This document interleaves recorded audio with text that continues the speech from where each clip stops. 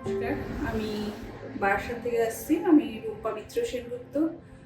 আমি গত সেপ্টেম্বর মাসের 5 তারিখে আমার ব্রেস্টে একটা লাম্প তার 15 দিন আগে আমি বুঝতে পারি, এবং তারপরে আমি 15 তারিখে আমি প্রথম এফএনএসি টেস্ট করি, এবং তারপরে ধরা পড়ে যে এটা একটা ক্যান্সারের জার্ম রয়েছে। এবং তারপরে আমি 6 তারিখে এখানে আসি, ট্রিটমেন্ট শুরু করি, এবং ডক্টর পূজা আগরওয়ালের চিকিৎসায় আমি ওখানে দেখাই, এবং সেখান থেকে আমার ওটি হয় সেপ্টেম্বর মাসে। এবং ওটির পরে ডক্টর আগরওয়াল ভীষণ ভালো ওটি করেন, এবং সেই ওটিতে আমার সাকসেসফুল হয় ওটি। এবং তারপরে কেমো শুরু হয়, এবং 8টা কেমো হয় ডক্টর প্রদীপ মণ্ডলের তত্ত্বাবধানে। এবং সেখান থেকে আমি আজ 15টা রেডিয়েশন নিয়েছি ডক্টর সুবীর গঙ্গোপাধ্যায়ের তত্ত্বাবধানে, এবং আজকে আমার লাস্ট রেডিয়েশন ছিল, এবং সেটা ভীষণ ভালোভাবে আমি করতে সবটাই পেরেছি।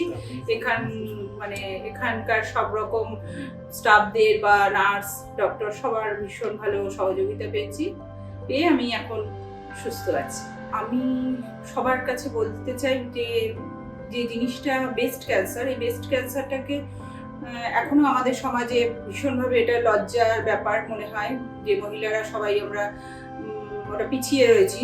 কিন্তু আমি নিজে একজন পেশেন্ট হয়ে বলবো যে এটাকে লজ্জা না পেয়ে এখানে যেটা বুঝতে পারবে, বা কোনো লাম্প বা কোনো ফুলে ওঠা বা কোনো ব্যথা যা কিছু বুঝতে পারবে, সেটা সাথে সাথেই কিন্তু আমাদের উচিত যে ডক্টরের সাথে যোগাযোগ করা, এবং সেটা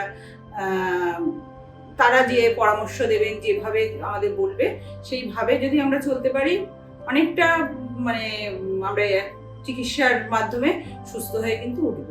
এটা আমি নিজেকে দিয়ে বুঝতে পারছি। আমি সোহম সেনগুপ্ত, আমি বারাসাতের বাসিন্দা। বারাসাত থেকেই আমি আমার স্ত্রী রূপা মিত্র সেনগুপ্তকে এখানে নিয়ে আসি।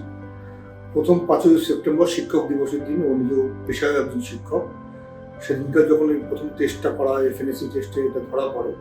প্রথমে একটা লাম্পের পরে যখন জানা যায় এটা গ্রেড 3 ক্যান্সার, তারপরে তো আমরা মোটামুটি অথই জলে পড়ার মতো অবস্থা, কীভাবে যাবো, কী করবো।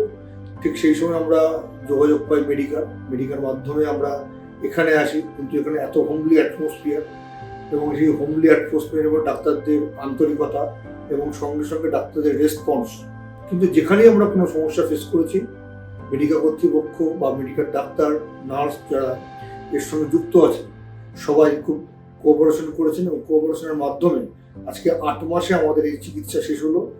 এবং এই কাজটা করতে গিয়ে আমার মনে হয়েছিল যে আমি আমার নিজের কাজের জায়গাটা সম্পূর্ণভাবে আমি হাতছাড়া করবো, কিন্তু আমার কলিগসরা, আমার বন্ধুরা, আমাকে যারা ভালোবাসে, তারা প্রত্যেকেই এগিয়ে এসছে, এবং অনেক মানুষ যারা এগিয়ে এসছে, যারা পর্দার পেছনে থেকে আমাকে সহযোগিতা করেছে, তাদের কাছেও আমি কৃতজ্ঞ।